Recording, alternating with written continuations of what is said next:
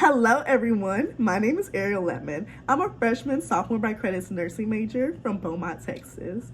Today, I'll be speaking on the topic of why I believe Black women should be the dominant species.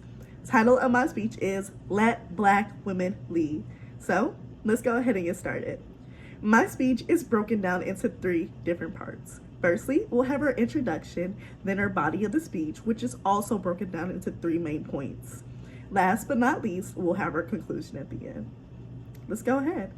Black women are the most educated group in America, yet they remain some of the most underrepresented in leadership. Let's take a moment to let that sink in. As a young Black woman, a future nurse, and a student leader here on campus, I live at the intersection of service, leadership, and resilience. I speak not only from lived experience, but also from a place of purpose and power.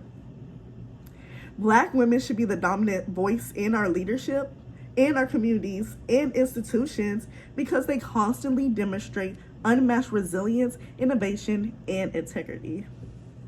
Now, first, I'll show you how Black women have historically carried communities on their backs. Second, I'll highlight how their leadership style is rooted in empathy and excellence. And third, but not least, I'll explain how uplifting Black women benefits not only me, not only you, but everyone. Let's begin looking at the deep-rooted history of Black women as the backbone of progress. Black women have always been at the forefront of social, political, and community movements. According to a source from the National Women's History Museum, Black women led efforts in the civil rights movement, feminist movement, and grassroots activism, but often without recognition. Some examples include Fannie Lou Hamer, a Mississippi sharecropper who risked her life fighting for voting rights. And even today, women like Stacey Abrams and Tyrone Burke carry that torch. So, if Black women have always led movements, what makes their leadership stand out? Now, I'm glad you asked that question. Black women lead with empathy, strength, and strategic brilliance. Do you know any other demographic with all 3? Harvard Business Review found that Black women score higher in leadership competence than any other demographic, including decision-making, integrity, and resilience. Now, some examples I can think of is our Vice President Kamala Harris or even Mayor Karen Bass. Now, both embody what strength, grounding, and empathy looks like, and their leadership reflects the communities that they choose to serve. Now, beyond personal strengths, empowering Black women has broader benefits for all of society. And I'm going to tell you why. Uplifting Black women benefits everyone economically, politically, and socially.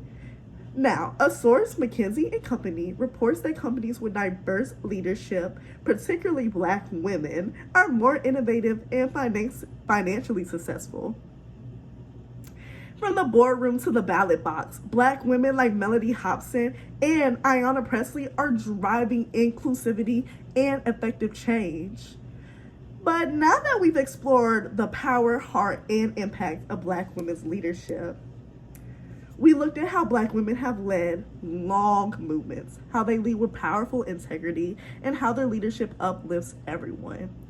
Black women have always been the blueprint for leadership. Now it's time to give them the platform, resources, and recognition so we're able to lead boldly and visibly. So, the next time you see a Black woman, let's listen, follow, and amplify.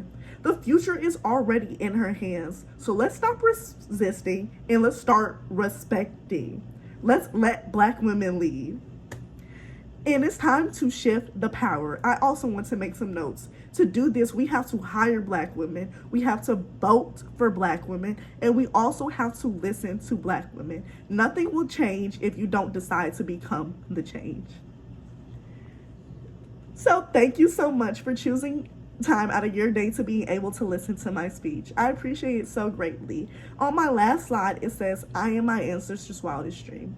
Why I want to point out this quote, not just because I'm speaking to only Black women here, I'm also speaking to all of us, because remember, we are our ancestors' wildest dream. This is such a big accomplishment going to Howard University for so many of us. So don't let anybody tell you any different or try to change your mindset. Continue on your goals and paths. And at the very end are some alternative resources if you want to check them out. So again, thank you so much, and I hope you have a lovely day.